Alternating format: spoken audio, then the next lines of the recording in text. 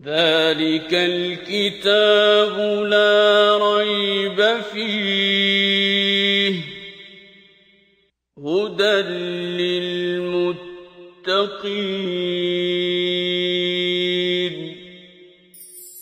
كتاب الله للأرواح روح به تحيا النفوس وتستريح كتاب الله الا تقاتلون قوما نقصوا ایمانہم، تو کیا تم نہیں لڑو گے ان لوگوں سے جو اپنے عہد توڑتے ہیں، وہموا باخراج الرسول، جنہوں نے رسول تک کو ملک سے نکال دیا، وہم بدؤکم اول مرہ، اور زیادتی کی ابتدا کرنے والے یہ تھے۔ سب سے بڑی زیادتی یہی تھی کہ اتنے مسلمان کم از کم 100 جو کہ ہجرت کر کے مدینہ جا کر کے آباد ہوئے۔ فاللہ احق ان تخشوہ ان کنتم مؤمنین، اللہ اس بات کا زیادہ حقدار ہے۔ تخشونہم، کیا تم ان سے ڈرتے ہو؟ فاللہ احق ان تخشوہ ان کنتم مؤمنین، اللہ اس بات کا زیادہ حقدار ہے کہ تم اللہ سے ڈرو۔ قاتلوہم، بڑا زور ہے اس میں، ان سے جنگ کرو، یعذبہم اللہ بایدیکم، اللہ تمہارے ہاتھوں سے انہیں سزا دلوائے گا، ویخزیہم، انہیں ذلیل و خوار کرے گا، وینصرکم علیہم، اور تمہیں ان پر فتح عطا فرمائے گا، ان کے مقابلے میں مدد فرمائے گا، ویشفی صدور قوم مومنین، اور اہل ایمان کے دلوں کو ٹھنڈک ملے گی، ویذہب غیظ قلوبہم، اور ان کے دلوں کی جلن کو اللہ مٹا دے گا۔ اب جن جن پر ذرا تصور کیجئے ظلم و تشدد ہوئے تھے، حضرت بلال رضی اللہ تعالیٰ عنہ کی ذرا کیفیت کو اندازہ کیجئے، کس طرح گرم ریت پر لٹا کر کے دوپہر کے وقت 50 ڈگری سینٹی گریڈ کی حرارت میں، اور اوپر سینے پہ بھاری پتھر رکھ کے رسیوں سے باندھ کے کھینچا جاتا تھا۔ حضرت خباب ابن ارت رضی اللہ تعالیٰ عنہ وہ لوہار کا کام کرتے تھے، بھٹی ہوا کرتی تھی اور اس میں پتھر کے کولے جلتے تھے، اور ایک شخص نے وہ تلوار ریپیئر کروائی یا کوئی سامان ریپیئر کروایا، اس کے بعد مزدوری دینے سے انکار کر دیا، یہ کہتے ہوئے کہ پہلے تم رسول اللہ صلی اللہ علیہ وسلم کے کلمے سے ہٹ جاؤ پھر تمہیں مزدوری دوں گا۔ وہ کبھی میری مزدوری کا اس سے کیا تعلق ہے؟ اب اس نے کیا کیا، جب انہوں نے ضد کی کہ میری مزدوری دی جائے، بھٹی سے وہ کوئلے نکالے اور پشت کے بل ان کوئلوں پہ لٹا دیا گیا پکڑ کے زبردستی، جب تک جسم کی چربی نکل کے پگھل کے وہ کوئلے بجھ نہیں گئے، انہیں اٹھنے نہیں دیا۔ اب ان صحابہ کے دلوں میں، تو 2 مثالیں میں نے دیں، اتنا وقت نہیں ہے کہ بہت ساری پیش کی جائیں، جو دل میں وہ حسرت تھی کہ کہیں ہمارے قابو آ جائیں تو ہم ان سے بدلہ لیں۔ اللہ فرماتا ہے جو اہل ایمان کے دل میں جلن تھی، اللہ تمہارے ہاتھوں انہیں سزا دلوائے گا اور تمہارے دلوں کی اس جلن کی تلافی بھی کی جائے گی۔ وَتُوبُ اللَّهُ عَلَىٰ مَن يَشَاءُ، اور جس کی چاہے گا اللہ توبہ بھی قبول کر لے گا۔ وَاللَّهُ عَلِيمٌ حَكِيمٌ، بے شک اللہ سب کچھ جاننے والا اور حکمت والا ہے۔ ام حسبتم ان تترکوا ولما یعلم اللہ الذین جاہدوا منکم، اے مسلمانوں کیا تم نے یہ سمجھ لیا، اب جنگ کے لیے یہ تحریض ہے اللہ تبارک و تعالیٰ کی طرف سے، کہ کیا تم نے یہ سمجھ لیا ہے کہ اللہ بغیر تمہاری آزمائش کے تمہیں ایسے ہی صرف کلمہ پڑھنے کی بنیاد پر کسی جد و جہد کے بغیر ہی جو ہے وہ جنت عطا کر دے گا؟ اللہ نے تو ابھی تک یہ دیکھا ہی نہیں کون ہے جو تمہارے درمیان جہاں فشانی کرنے والے ہیں۔ وَلَمْ يَتَّخِذُوا مِن دُونِ اللَّهِ وَلَا رَسُولِهِ وَلَا الْمُؤْمِنِينَ وَلِيجًا، اور تم اللہ اور رسول اور اہل ایمان کے سوا اور کسی اور کو دشمن نہیں بناتا، دوستی نہیں بناتا۔ واللہ خبیر بما تعملون، جو کچھ تم کرتے ہو اللہ اسے بخوبی واقف ہے۔ ما کان للمشرکین ان یعمروا مساجد اللہ، دیکھو مسلمانوں، کسی مشرک کا کام یہ نہیں ہے کہ وہ اللہ کی مسجدوں کا مجاور اور خادم بنے۔ کیوں؟ اولئک حبطت اعمالہم شاہدین علی انفسہم بالکفر، اس لیے کہ وہ اپنے کفر پر خود گواہ ہیں، علی الاعلان کافر ہیں، وہ تو چھپاتے ہی نہیں نا، بتوں کی پوجا کر رہے ہیں اور کہتے ہیں ہم اسی پہ اڑے رہیں گے، ہم یہی کریں گے جو کچھ ہمارے آباء و اجداد کی طرف سے چلا آ رہا ہے، تو یہ تو علی الاعلان اعلانیہ کافر ہیں۔ تو یہ انہیں حق نہیں پہنچتا کہ یہ اللہ کی مسجد، یا بالخصوص اس مسجد جو وہ مین جو تھی وہ تو کعبۃ اللہ تھا اور حرم شریف تھا، لہٰذا یہ حرم کا مجاور بننا ان کا حق نہیں ہے۔ اولئک حبطت اعمالہم، ان کے تو سارے اعمال اکارت جا چکے۔ وفی النار ہم خالدون، اور یہ وہ ہیں جنہوں نے ہمیشہ جہنم میں رہنا ہے۔ انما یعمر مساجد اللہ، اللہ کی مسجد کے آباد کرنے والے، اس کے مجاور، ان کے متولی کون ہو سکتے ہیں؟ من آمن باللہ والیوم الاخر، جو ایمان لائیں اللہ پر، آخرت کے دن پر، وقام الصلاۃ، نماز قائم کریں، وآت الزکوٰۃ، زکوٰۃ ادا کریں، ولم یخشى الا اللہ، اور وہ اللہ کے سوا کسی سے نہ ڈریں، فعسیٰ اولئک ان یکونوا من المہتدین، انہی سے توقع ہے کہ وہ سیدھے رستے پر چلیں گے۔ اجعلتم سقایۃ الحاج و عمارت المسجد الحرام کمن آمن باللہ والیوم الاخر وجاہد فی سبیل اللہ، کیا تم نے یہ سمجھ لیا ہے کہ حاجیوں کو پانی پلانا، مسجد حرام کی مجاوری کرنا، وہاں صفائی ستھرائی کرنا، یہ بظاہر جو اعمال ہوتے ہیں یہ اس کے برابر ہیں کہ جو اللہ پر ایمان لایا، آخرت پر ایمان لایا اور اس نے جہاد کیا اللہ کے راستے میں، اللہ کے دین کو قائم کرنے کے لیے محنت کی؟ لا یستوون عند اللہ،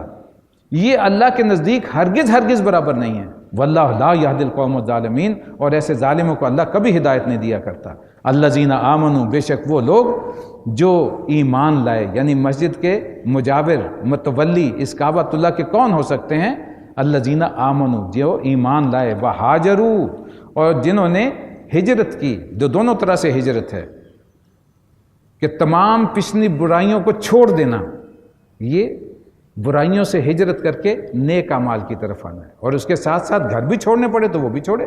وجاہدوا فی سبیل اللہ، اور انہوں نے جہاد کیا اللہ تبارک و تعالیٰ کے راستے میں، باموالہم وانفسہم، اپنے اموال کے ساتھ، اپنی جانوں کے ساتھ۔ اعظم درجۃ عند اللہ، ان کا اللہ کے نزدیک بہت بڑا درجہ ہے۔ واولئک هم الفائزون، اور یہی ہیں حقیقی طور پر کامیاب۔ یبشرہم ربہم، ان کی طرف سے ان کا رب خوشخبری انہیں دیتا ہے، برحمت منہ، اس کی طرف سے اپنی رحمت کی، ورضوان، اپنی رضا کی، وجنات لہم فیہا نعیم مقیم، اور ایسے باغات کی جو نعمت بھرے ہوں گے اور وہ ہمیشہ قائم رہیں گی نعمتیں، خالدین فیہا ابدا، ہمیشہ ابد الاباد تک وہ جنت میں رہیں گے۔ ان اللہ عندہ اجر عظیم، یقیناً اللہ کے پاس ان کی خدمتوں کا صلہ دینے کے لیے بہت کچھ ہے۔ یا ایھا الذین آمنوا لا تتخذوا آباءکم واخوانکم اولیاء ان استحبوا الکفر علی الایمان، دیکھو اہل ایمان، اگر ایمان ہے تو اپنے باپوں، اپنے بھائیوں کو بھی اپنا دوست نہ بناؤ اگر وہ ایمان کے مقابلے میں کفر کو ترجیح دیں، یعنی چاہے تمہارے وہ باپ ہیں، چاہے تمہارے بھائی ہیں، چاہے تمہارے عزیز زار ہیں، کوئی بھی قریبی سے قریبی رشتہ کیوں نہ، اگر وہ کفر پہ اڑے ہوئے ہیں اور ایمان کی بجائے کفر کو ترجیح دے رہے ہیں، انہیں ہرگز اپنا دوست مت بناؤ۔ دیکھیے آج ہمارے لیے بہت آسان ہے کلمہ پڑھنا، لیکن ذرا اس وقت تصور کیجئے کہ جب اپنے عزیز و اقارب کفر کی طرف ہوں اور انسان انہیں چھوڑ کے اللہ کا کلمہ پڑھ رہا ہو اور رسول اللہ صلی اللہ علیہ وسلم کے دامن سے وابستہ ہو رہا ہو، اس کے نتیجے میں سارے خاندان کو چھوڑنا ہے، ہر جو آسودگی وہاں حاصل اسے چھوڑ کے جو ہے اور ان تلخیوں کو طرف جانا ہے جو پھر اس رستے میں پیش آ سکتی ہیں۔ یہ بہت بڑا امتحان تھا ان لوگوں کا بالخصوص۔ وَمَن يَتَوَلَّهُم مِّنكُمْ، جو کوئی بھی اس سے اعراض کرے گا، منہ موڑے گا، یعنی ان کو اپنا دوست بنائے گا، فَأُولَٰئِكَ هُمُ الظَّالِمُونَ، وہی ہوں گے ظالم لوگ۔ قل، ان سے کہہ دیجئے نبی صلی اللہ علیہ وسلم، ان کان آباؤکم، اگر تمہارے باپ، آباؤکم سے مراد ہے تمام پیچھے باپ ہوں، دادا ہو، نانا ہو، یہ سارے آبا ہیں، وَأَبْنَاؤُكُمْ، اور تمہارے بیٹے، وَإِخْوَانُكُمْ، اور تمہارے بھائی، وَأَزْوَاجُكُمْ، تمہاری بیویاں، وَعَشِيرَتُكُمْ، تمہارے خاندان یا برادریاں، وَأَمْوَالٌ اقْتَرَفْتُمُوهَا، اور تمہارے وہ مال جو تم نے کمائے اور جنہیں تم بڑا بچا کے رکھتے ہو، وَتِجَارَةٌ تَخْشَوْنَ كَسَادَهَا، اور وہ تمہارے تجارتیں، تمہارے کاروبار جن کے ماند پڑنے کا تمہیں اندیشہ لگا رہتا ہے، مندے کا دھڑکن لگی رہتی ہے، وہ مساکن ترضونہا، اور تمہارے وہ مسکن، تمہارے گھر جنہیں تم بڑا پسند کرتے ہو، سجا بنا کے رکھتے ہو، احب الیکم۔ اب یہ ایک ترازو ہے، دیکھیے جو سامنے رکھ دی گئی ہے، ایک طرف یہ 8 محبتیں یہ ڈال دو، یہ ہمارے لیے بھی جائزہ لینے کا مقام ہے۔ یہ 8 محبتیں ایک طرف کر لیجئے، آباء و اجداد، اولاد، بھائی بہن، برادریاں، مال جو کمائے، بیویاں، اور مال جو کمائے، اپنے گھر اور کاروبار، یہ 8 محبت ہیں دنیاوی، یہ ایک پلڑے میں ہے۔ احب الیکم، اگر یہ زیادہ محبوب ہیں کس سے؟ من اللہ ہے ایک، و رسول ہی، اور اس کا رسول، و جہادن فی سبیلہ ہی، اور اس کے راستے میں جہاد کرنا، یہ 3 محبتیں ایک پلڑے میں ڈال دو، اور اب دیکھو کون سا پلڑا بھاری ہے۔ تم نے کرنا ہے کہ تم کہاں کھڑے، فتربصوا، جاؤ پھر انتظار کرو، حتی یاتی اللہ بامری، یہاں تک کہ اللہ اپنا فیصلہ تمہارے سامنے لے آئے، واللہ لا یہدی القوم الفاسقین، اور جان لو اللہ فاسقوں کی کبھی رہنمائی نہیں کیا کرتا۔ اب غزوہ فتح مکہ کے بعد ہوا غزوہ حنین، اب یہ چوتھے رکوع میں اس کا ذکر آ رہا ہے۔ لقد نصرکم اللہ فی مواطن کثیرہ ویوم حنین، اے مسلمانوں لقد نصرکم اللہ فی مواطن کثیرہ، اللہ کثیر موقع پر بہت سی مہموں میں تمہاری مدد کر چکا ہے، ویوم حنین، اور ابھی حنین کے دن، اذ اعجبتکم کثرتکم، جس دن تمہیں اپنی کثرت پہ بہت جو ہے وہ غرہ ہو گیا تھا۔ 10,000 نکلے تھے مدینہ سے مکہ پر چڑھائی کرنے کے لیے، اللہ نے مکہ جھولی میں ڈال دیا، 10,000 وہ تھے، اور یہاں سے جو مسلمان ہوئے وہ بھی ساتھ ہو گئے، 12,000 سے زیادہ کی تعداد ہو گئی۔ اب 12,000 نکلے، جب پتہ چلا کہ حنین کے جگہ پر جو ہے وہ بنو حوازن اور بنو ثقیف، یہ جو قبیلے تھے، بنو زمرہ، یہ بہت سے بنو نظر، یہ ایسے قبیلے تھے جو ابھی تک کفر پہ اڑے ہوئے تھے، وہ مشترکہ طور پر جو ہے پتہ چلا کہ وہ اب سازشوں کا جال بند رہے ہیں اور مقابلہ کرنے کی ٹھان رہے ہیں، لہٰذا ان کے مقابلے کے لیے آپ صلی اللہ علیہ وسلم بھی تیار ہو گئے، تو 12,000 کا لشکر وجود میں آ گیا، 10 وہاں سے آئے، 2 یہاں سے مل گئے۔ اب فیصلہ یہ ہوا کہ چلیں، اور جب مقابلہ کا معاملہ آیا تو ایک وادی کے درمیان ابھی پہنچے تھے اور چاروں طرف اس کے پہاڑ تھے، درمیان میں لشکر پہنچا تو بنی حوازن جو تھے بہت تیر انداز بہت تھے، انہوں نے اچانک جو ہے وہ حملہ کر دیا، تیروں کی بچھاڑ کر دی، وہ اس طرح وائی ہے تیروں کی بچھاڑ کہ ایک دم سب لوگ بکھلا گئے۔ اب یہ اچانک اس قسم کا حادثہ ہو جانا ایک نیچرل سی بات ہے کہ وہ فوراً جو ہے وہ ہر کوئی جو ہے وہ اپنے بچاؤ کے لیے ادھر ادھر بھاگا، اور بعض روایات کے مطابق نبی اکرم صلی اللہ علیہ وسلم کے ساتھ صرف 13 یا 14 افراد رہ گئے، بعض روایات کے مطابق 30 یا 40، اور کچھ روایات ہیں کہ 300 یا 400، 12,000 میں سے اندازہ کیجیے، اگر 300 یا 400 بھی ہوں تو اندازہ کیجیے کتنے لوگ تھے جو بکھر گئے، ایک دم بھگدڑ مچ گئی۔ اب اس کا اللہ تبارک تعالیٰ کی طرف سے ذکر ہے کہ جب تمہیں یہ غرہ ہوا، تھوڑا سا مان ہوا کہ آج تو ہم تعداد میں بہت زیادہ ہیں، فَلَمْ تُغْنِ عَنْكُمْ شَيْئًا، پھر تمہیں جو ہے وہ تمہارے کچھ کام نہ آئی وہ لشکر کی تعداد، وَضَاقَتْ عَلَيْكُمُ الْأَرْضُ بِمَا رَحُبَتْ، اور زمین اپنی وسعت کے باوجود تم پر تنگ ہو گئی، ثُمَّ وَلَّيْتُمْ مُدْبِرِينَ، اور تم تو پیٹھ پھیر کے بھاگ نکلے تھے، ثم انزل اللہ سکینتہ، پھر اللہ نے اپنی طرف سے سکینت نازل کی، علی رسول ہی، اپنے رسول صلی اللہ علیہ وسلم پر، وعلی المؤمنین، اور اہل ایمان پر، وانزل جنودا لم تروہا، اور ایسے لشکر بھیجے جو تمہیں دکھائی نہیں دے رہے تھے، وعذب الذین کفروا، تاکہ وہ کافروں کو سزا دیں، وذالک جزاء الکافرین، اور یقیناً یہی بدلہ ہے ان لوگوں کا جو کفر کرنے والے ہیں۔ ثم یتوب اللہ من بعد ذلک علی من یشاء، اور پھر تم یہ بھی دیکھ چکے کہ اس طرح سزا دینے کے بعد اللہ جس کو چاہتا ہے توبہ کی توفیق بھی عطا کر دیتا۔ اس لیے غزوہ حنین کے فوراً بعد جو ہے کچھ ایسے واقعات ہوئے، اب اس کا موقع نہیں ہے، ٹائم کم ہے، کہ جو انتہائی ایموشنل بھی ہیں، لیکن اس کے ساتھ ساتھ بہت سے پھر وہ سردار جو کفر پہ پہلے بہت اڑے ہوئے تھے، وہ آ کر نبی اکرم صلی اللہ علیہ وسلم کی خدمت میں انہوں نے کلمہ پڑھ لیا، ایمان لیا، گویا کہ ان کی اللہ نے توبہ قبول کر لی، انہیں ایمان کی توفیق عطا فرما دی۔ اور یہ بنو ثقیف یہ دیکھیے جن کی بدولت آج ہم سارے مسلمان بیٹھے۔ سب سے پہلے بنو ثقیف میں سے وہ نوجوان جس کا نام محمد بن قاسم ہے، وہ اسلام کا جھنڈا لے کر کے یہاں آیا تھا، سندھ کی طرف سے داخل ہوا، اللہ تبارک و تعالیٰ نے اس کے ذریعے سے یہاں اسلام کی روشنی جو ہے وہ بھیجی، اور انٹروڈکشن ہوا کہ اسلام بھی اللہ کا دین ہے۔ تو اس اعتبار سے وہ بنی ثقیف جو کہ طائف میں آباد تھے، وہ ہمارے لیے ایمان کا باعث بنے۔ یا ایھا الذین آمنوا انما المشرکون نجس، اہل ایمان یہ مشرک ناپاک ہیں، فلا تقربوا المسجد الحرام بعد عامہم ھذا، لہٰذا اس سال کے بعد یہ مسجد حرام کے قریب بھی نہ پھٹکنے پائیں۔ وَإِنْ خِفْتُمْ عَيْلَةً، اور اگر تمہیں اندیشہ ہو تنگ دستی کا، اس لیے کہ حج ایک وہ بنیادی عبادت تھی اور ایک ایسا فنکشن تھا اس علاقے میں کہ جس کے ذریعے سے بہت سارا تجارتی جو ہے وہ ٹرن اوور ہوتا تھا، اور اس کے ذریعے سے کافی سارے لوگوں کو رزق ملتا تھا، اب اندیشہ یہ تھا کہ اگر سب کا راستہ روک دیا گیا، صرف مسلمان حج کریں گے اور مشرکین یہاں نہیں آ سکیں گے تو تعداد بہت کم ہو جائے گی، تجارت کم ہو جائے گی، تو یہ تو ایسا نہ ہو کہ روزی روٹی کے لالے پڑ جائیں۔ تو اب اللہ تبارک و تعالیٰ کی طرف سے یہ حوصلہ دیا جا رہا ہے اور امید دلائی جا رہی کہ اگر تمہیں اندیشہ ہے تنگ دستی کا، کاروبار کم ہونے کا، فَسَوْفَ يُغْنِيكُمُ اللَّهُ مِنْ فَضْلِهِ، تو جان لو کہ اللہ چاہے گا تو تمہیں اپنے فضل سے غنی کر دے گا انشاء، اگر وہ چاہے گا۔ ان اللہ علیم حکیم، بے شک وہ کمال علم والا اور حکمت والا ہے۔ قاتل الذین لا یؤمنون باللہ ولا بالیوم الاخر، تم تو جنگ کرو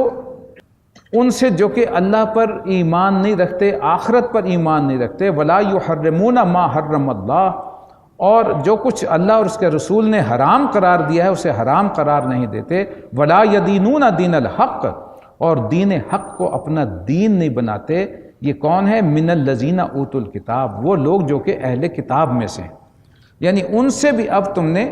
جو ہے وہ مقابلہ کرنا ہے، حتیٰ یہاں تک کہ یعنی اگر وہ اپنے اس نظام پر رہنا چاہتے ہیں، تمہارے ساتھ آباد رہنا چاہتے ہیں، تو انہیں چھوٹا بن کے رہنا پڑے گا۔ یو تو جزیۃ ان یدم وہم صاغرون، کہ وہ جزیہ دیں اور چھوٹے بن کر کے رہیں۔ اب یہ اعلان کر دیا گیا کہ جتنے اہل کتاب ہیں، عیسائی ہوں یہودی ہوں، جہاں مشرکین کا داخلہ مکمل بند کر دیا گیا، لیکن ان اہل کتاب کو یہ موقع دیا گیا کہ اگر وہ رہنا چاہتے ہیں، دین اسلام ہوگا، وہ اپنے جو فیملی لاز ہیں اور پرسنل لاز ہیں ان کے مطابق اپنی زندگی گزار سکتے ہیں اسلام کے ماتحت رہتے ہوئے، اور اس کے لیے انہیں ٹیکس دینا ہوگا، جو کہ تاکہ ان کے جو ریاست کے ذمہ حقوق ہیں وہ پورے کیے جا سکیں، اور چھوٹے بن کے رہنا ہوگا، غلبہ ہوگا دین اسلام کا۔ وقالت الیہود عزیر ابن اللہ، اور یہ یہود یہ کہتے ہیں کہ عزیر اللہ کا بیٹا ہے۔ وقالت النصارى المسیح ابن اللہ، اور نصارہ یہ کہتے ہیں کہ مسیح اللہ کا بیٹا ہے۔ ذالک قولہم بافواہہم، یہ محض ایک بات ہے جو زبان سے کہی گئی ہے، ایک قول ہے زبان سے ادا کر دیا گیا، اس کی کوئی حقیقت گویا کہ نہیں ہے۔ یضاہئون قول الذین کفروا من قبل، یہ انہی لوگوں کی دیکھا دیکھی ہے جو پہلے کفر میں مبتلا ہوئے تھے۔ قاتلہم اللہ، اللہ کی مار ہو ان پر، انا یؤفکون، کدھر بھٹک رہے ہیں۔ اتخذوا احبارہم ورہبانہم اربابا من دون اللہ، انہوں نے اپنے علماء کو اور صوفیوں کو، درویشوں کو اللہ کے سوا اپنا رب بنا لیا ہے۔ والمسیح ابن مریم، اور اسی طرح مسیح ابن مریم کو، وما امروا الا لیعبدوا الہا واحد، جبکہ انہیں اس کے سوا حکم نہیں دیا گیا تھا کہ صرف ایک اللہ کی بندگی کریں، لا الہ الا ہو، اس کے سوا اور کوئی معبود نہیں، سبحانہ اما یشرکون، وہ پاک اور بلند تر ہے اس سے، اس شرک سے جو یہ اس کی جناب کے ساتھ کر رہے ہیں۔ اب یہ آیت ہے جس کے متعلق بھی اشکال ہوا تھا۔ حضرت عدی ابن حاتم رضی اللہ تعالیٰ عنہ بڑے مشہور صحابی ہیں، یہ حاتم تائی ہمارے ہاں بہت مشہور ہے، بڑا سخی آدمی ہوا کرتا تھا۔ یہ قبیلہ طے جو تھا عیسائیت اختیار کر چکا تھا، تو وہ عیسائیت سے اسلام لے آئے تھے اور اب صحابی تھے رضی اللہ تعالیٰ عنہ۔ تو انہوں نے رسول اللہ صلی اللہ علیہ وسلم کی خدمت میں حاضر ہے کہ یا رسول اللہ، ہم نے تو اپنے کبھی علماء کو یا جو درویش ہوا کرتے تھے، صوفی ہوا کرتے تھے، راہب ہوا کرتے تھے، ہم نے کبھی انہیں رب تو نہیں مانا تھا۔ قرآن یہ کہہ رہا ہے کہ تم نے ارباب جمع ہے رب کی، انہیں اپنا رب بنا لیا۔ آپ صلی اللہ علیہ وسلم نے کہا کیا ایسا نہیں ہوتا تھا کہ جو کوئی شے وہ کہتے تھے کہ یہ اب آئندہ سے حرام ہے تم حرام کر لیتے تھے، جو کہتے تھے حلال ہے وہ حلال کر لیتے تھے۔ اس قسم کے احکامات جو ہیں کہتے ہیں ہاں یہ تو ہوتا تھا۔ فرمایا یہ حلت و حرمت کا اختیار صرف اللہ کا ہے، جب یہ وہ اختیار کرتے تھے تم ان کی بات مان رہے تھے، گویا کہ تم نے انہیں اپنا رب بنایا ہوا تھا، وہ حیثیت دی ہوئی تھی جو رب کو ہے، معبود کو ہے، لہٰذا یہی تو کفر ہے، یہی تو وہ شرک ہے جو تم نے اختیار کیا ہوتا ہے۔ کہا ایسا تو ہوتا تھا۔ یریدون ان یطفئوا نور اللہ بافواہہم ویاب اللہ الا ان یتم نورہ ولو کرہ الکافرون، یہ لوگ تو چاہتے ہیں کہ اللہ کے نور کو اپنی پھونکوں سے بجھا دیں۔ مولانا ظفر علی خان کا بڑا مشہور شعر ہے، نور خدا ہے کفر کی حرکت پہ خندہ زن، پھونکوں سے یہ چراغ بجھایا نہ جائے گا۔ یہ نور کیا ہے؟ اسے ہم نور ایمان بھی کہہ سکتے ہیں، نور قرآن بھی کہہ سکتے ہیں، نور محمدی صلی اللہ علیہ وسلم بھی کہہ سکتے ہیں، اور نور اسلام بھی کہہ سکتے ہیں۔ اور ان کی ساری محنت کس لیے تھی؟ رسول اللہ صلی اللہ علیہ وسلم کی کسی طرح نفی ہو جائے، دین اسلام کی نفی ہو جائے، یہ دین غالب نہ ہونے پائے. تو یہ گویا کہ ایسے ہے کہ اللہ کے نور کو اپنی منہ کی پھوکوں سے بجھانا چاہتے ہیں. وَيَعْبَ اللَّهُ إِلَّا أَن يُتِمَّ نُورَهُ، جبکہ اللہ کا ارادہ یہ ہے کہ وہ اپنی روشنی کو، اپنے نور کو مکمل کرنے کے بغیر ماننے والا نہیں ہے. وَلَوْ كَرِهَ الْكَافِرُونَ، چاہے ان کافروں کو کتنا ہی ناگوار کیوں نہ گزرے. اس مقصد کے لیے وَالَّذِي أَرْسَلَ رَسُولَهُ بِالْهُدَىٰ، اس نے بھیج دیا ہے اپنے رسول کو الہدا دے کر کے، قرآن مجید، وَدِينِ الْحَقِّ، اور شریعت محمدی علیہ صاحب صلاۃ والسلام، لِيُظْهِرَهُ عَلَى الدِّينِ كُلِّهِ، تاکہ وہ غالب کر دے تمام نظام ہائے زندگی جو بھی موجود ہیں. وَلَوْ كَرِهَ الْمُشْرِكُونَ، اور چاہے یہ مشرکوں کو کتنا ہی ناگوار اور بھاری کیوں نہ گزرے. یا ایھا الذین آمنوا، دیکھو اہل ایمان، ان کثیرا من الاحبار والرہبان لا یاکلون اموال الناس بالباطل، کہ اکثر علماء اور صوفیوں کا حال یہ ہے کہ وہ لوگوں کے مال باطل طریقوں سے ہڑپ کرتے ہیں. وَيَصُدُّونَ عَن سَبِيلِ اللَّهِ، اور انہیں اللہ کے راستے سے روکتے ہیں. وَالَّذِينَ يَكْنِزُونَ الذَّهَبَ وَالْفِضَّةَ، جان لو کہ جو لوگ بھی سونے اور چاندی کے انبار جمع کر کے رکھتے ہیں، وَلَا يُنْفِقُونَهَا فِي سَبِيلِ اللَّهِ، اور انہیں خرچ نہیں کرتے اللہ کے راستے میں، فَبَشِّرْهُم بِعَذَابٍ أَلِيمٍ، ان کو خوشخبری دے دیجئے دردناک عذاب کی. یہ عذاب کس شکل میں ہوگا؟ یوم یحمى علیہ فی نار جہنم، جب وہ دہکایا جائے گا، یعنی وہ سونا چاندی انبار دولت کے وہ جہنم کی آگ میں دہکائے جائیں گے. فتقوا بہا، اور پھر داغا جائے گا، جباہہم، ان کے ماتھے، ان کے یہ پیشانیاں، وہ جنوبہم، ان کے پہلو، وہ ظہورہم، اور ان کی پیٹھیں، ھذا ما کنزتم، اور پھر کہا جائے گا یہ تھا نا وہ خزانہ، لِأَنفُسِكُمْ، جو تم جمع کر کر کے رکھتے تھے، فَذُوقُوا مَا كُنْتُمْ تَكْنِزُونَ، تو اب اپنی اس سمیٹی ہوئی دولت کے انبار کا ذرا مزہ چکھو. یہ کیسی حقیقت ہے جو قرآن مجید نے اس وقت بیان کی. اس وقت جو یہود کے علماء اور درویش تھے، ان کی بالفعل یہ صورتحال تھی. اور اس کے بعد جیسے جیسے معاملہ ظہور پذیر ہوا، اس لیے کہ نبی اکرم صلی اللہ علیہ وسلم کا یہ فرمان تھا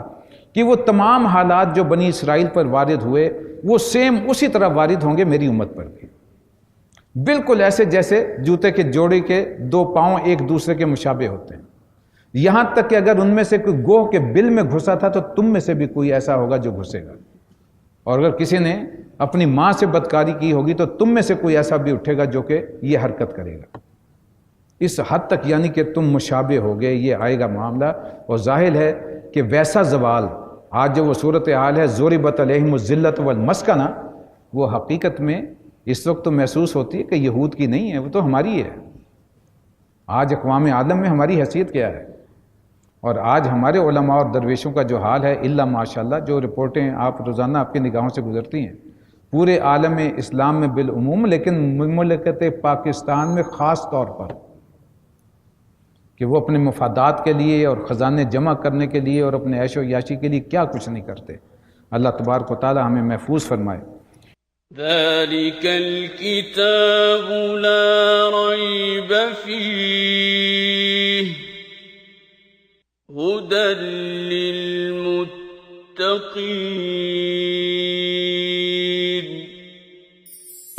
كتاب الله للأرواح روح، به تحيا النفوس وتستريح. كتاب الله